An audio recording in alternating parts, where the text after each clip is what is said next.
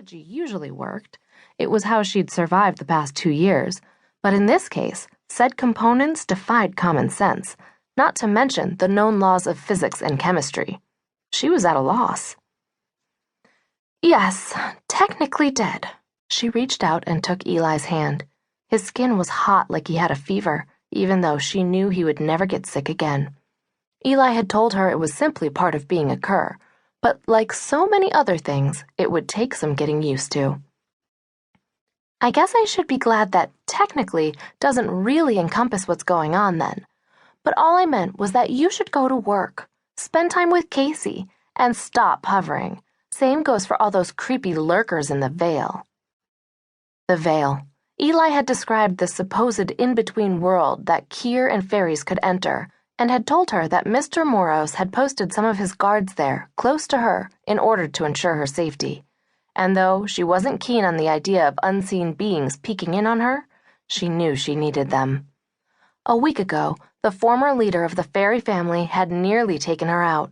Galena pressed her fingers to her temple, remembering the sensation of unforgiving steel against her skin, picturing Ryland Ferry's finger closing over the trigger as he threatened to destroy her brain.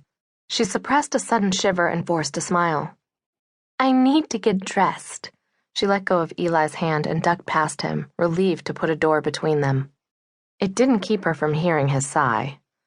I'll never stop worrying about you, he called out. That's the way family works. I know, she called through the door. She sat down on her bed and focused on slowing her breathing. Believe me, I know. She'd experienced the stark, merciless certainty that she'd lost him on more than one occasion. And I do appreciate the protection, as long as they don't watch me in the shower. Eli chuckled. If they tried, they'd have to deal with me. Love you, G. I need to get going or I'm going to be late for work. Be safe. You too, he said quietly. She heard his footsteps carrying him away from her, then the front door opening and closing a moment later. Galena sagged on the bed. Move, she whispered to herself. Keep moving. Motor cortex engagement is incompatible with rumination. She got up, pulled on drawstring pants and a t-shirt, and yanked her damp hair into a ponytail. It didn't really matter how she looked. Her only companions at work were her computer, which she'd named Danny, and her lab assistants, Ankita and Gian, who were as focused on the research as she was.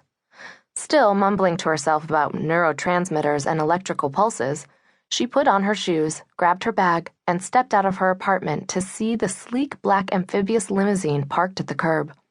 As always, the thickly humid air required a breath or two to get used to.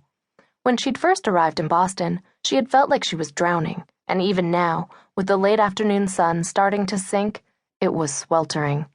Galena flapped her ponytail in an effort to create a breeze against the back of her neck, already prickling with beads of sweat. She didn't miss much about Pittsburgh, the violent, desolate town where she'd grown up, but its desert heat was better than this. The limousine driver, who had reddish hair cut short like Eli's had been when he was an Army Ranger, stood square-shouldered and alert next to the open back door. He'd driven her to work for the last few days, good-natured about accommodating her strange schedule. Dr. Margolis, he said, giving her a curt nod.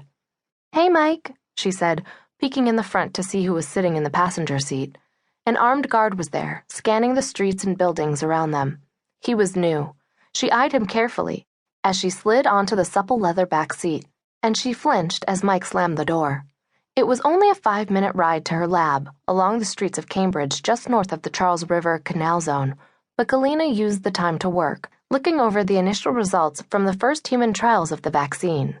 Her vaccine, the one she'd been researching and developing for years. It was perhaps the world's only hope of conquering the mutating plagues that had claimed 1 billion lives since a series of earthquakes and tsunamis had decimated dozens of major cities, and rising temperatures and ocean levels had changed the face of the world.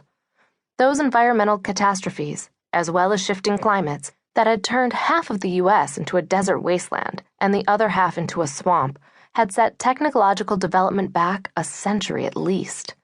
That was way back in the 2050s, though, and now, decades later, there was a chance to stem the soaring death rate caused by viruses and bacteria resistant to conventional vaccines and antibiotics. Because